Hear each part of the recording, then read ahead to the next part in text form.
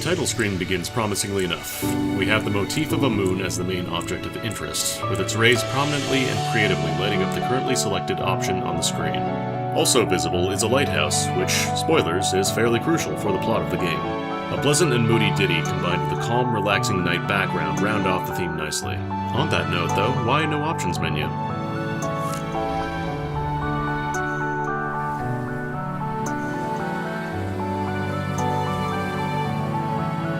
First, note the rather subtle foreshadowing of the people on the bench, which lasts for all of 2, maybe 3 seconds.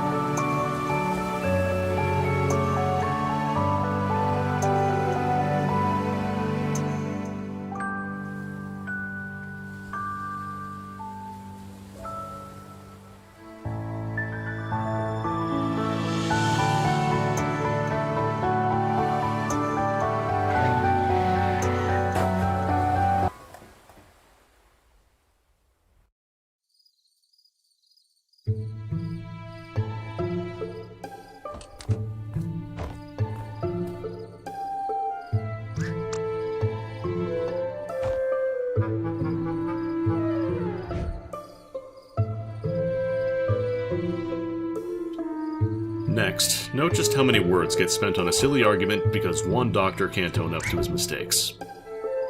Third, note just how much of a bastard Neil is being, first trying to make excuses for his act, then playing down the consequences, and finally thinking up excuses for his boss. Basically, we spent a few moments listening to him deflecting blame for a crash he did. Note that this is the first dialogue of the game. This is how the author chose to open his sentimental story. In more ways than one, this is a sign of things to come.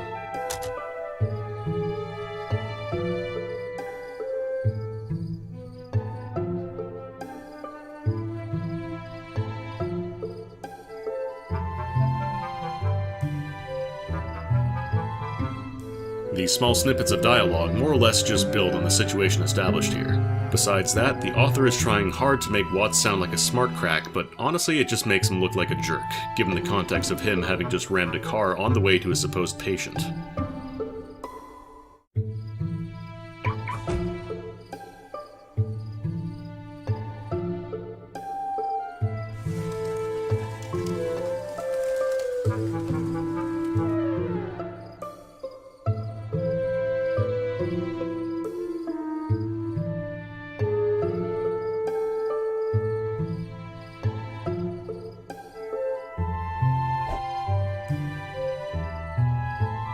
The first 2 options only really change minor bits of dialogue. The third option is the most humorous, but of course doesn't actually change the story. So that's a lot of time spent on a minor gag. The basic premise is fine, mocking the idea of rocks and other minor obstacles acting as walls in video games, but the author got carried away with the idea and turned it into a full-blown scene at the detriment of the main plot. Certainly it is amusing at points and does have sparks of wit, but is it really necessary to drag it out like this? Also, notice that Rosaline uses the name of vegetables in place of swear words. This is a running gag with her. It'll come up a bunch later.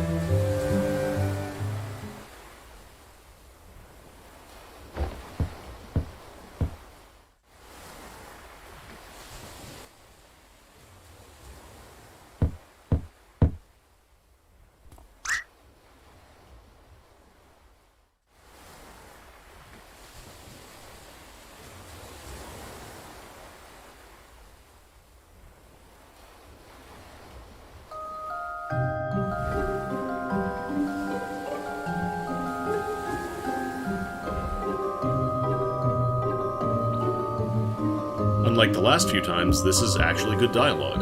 Rather than being incredibly forced attempts at slapstick comedy that go on for too long, it draws upon legitimate musings and queries the characters would have in this situation, establishes the characters further, and has a fairly natural progression to it.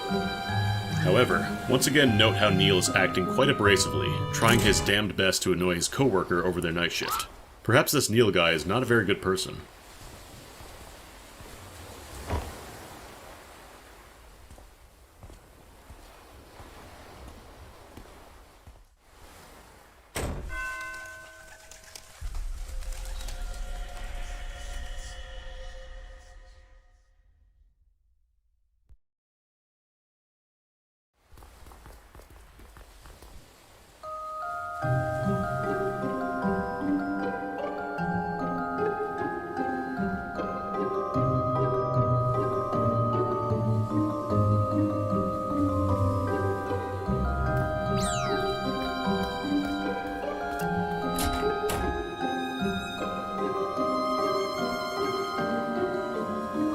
Phew, quite a bit of conversation there, and most of it having fairly decent relevance. So we get to know quite a bit about this Lily character, which would imply that she plays a major role in the plot. Neil, as usual, is rather brash, throwing smart retorts at his client, technically his client's caretaker, but whatever, and later complaining about holding a box, which is like part of his job as a doctor. He does bring up one fairly striking point, however. This machine is not for use on kids. Why that is the case will become obvious quite soon.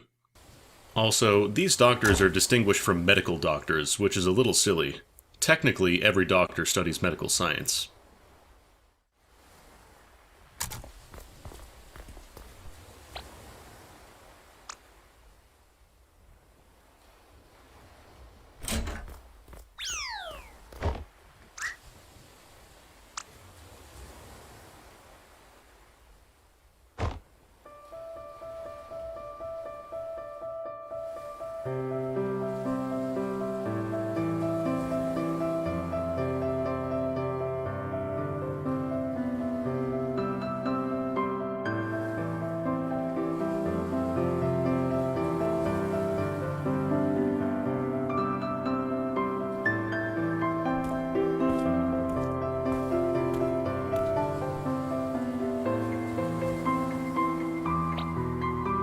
Mostly some exposition about the song the kids were playing. Rather interesting that the title theme basically exists as a song within the world rather than as part of the background. It likely has more than a passing connection to the patient.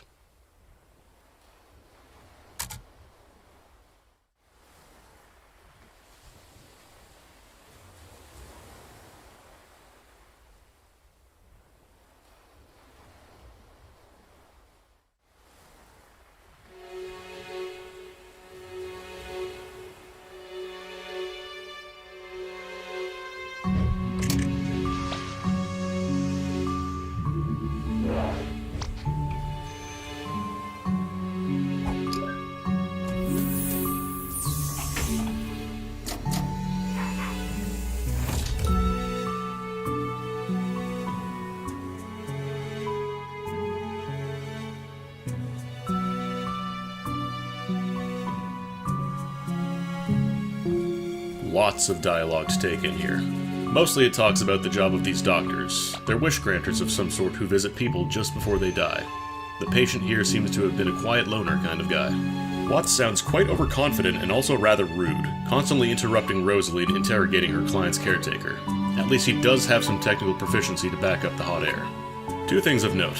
These doctors grant wishes to nearly dying people and have to use a machine to do so it's likely to be something involving the mind. Watts considers going to the moon an absurd wish, even though it's fairly plausible as one, especially on their deathbed.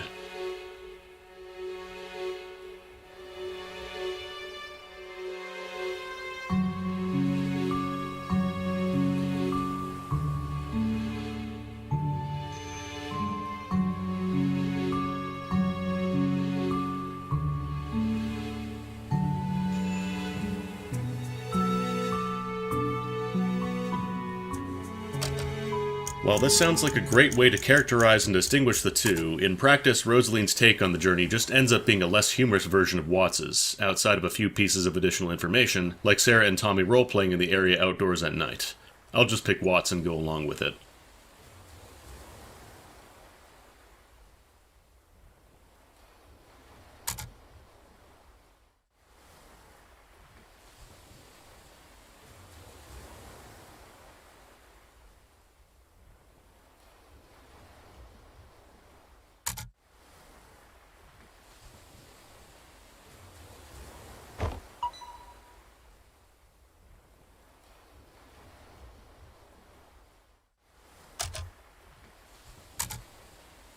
What the doctor gives us is, well, a piece of UI. See that green bar with a heart monitor reading?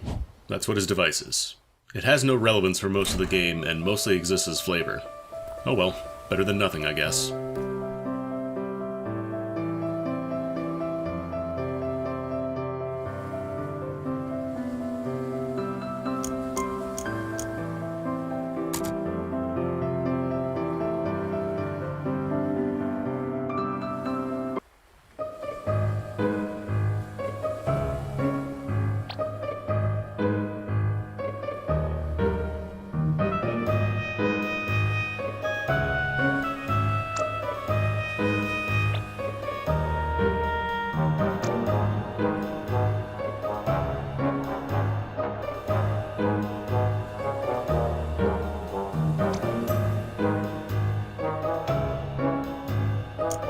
This is a fairly tedious comic sequence, but honestly, 2 is the better pick here. 1 just leads to a visual gag of Watts jumping in place trying to reach the candy cane. I mean, someone could find that funnier, maybe. Pretty conflicted about this scene. On one hand, this is a fairly reasonable depiction of kids playing pranks, as well as a reasonable situation to set up. But on the other hand, it mostly exists just for the sake of some throwaway humor that adds fairly little to the plot. It would be an adequate scene on its own, but in here it just feels shoehorned in.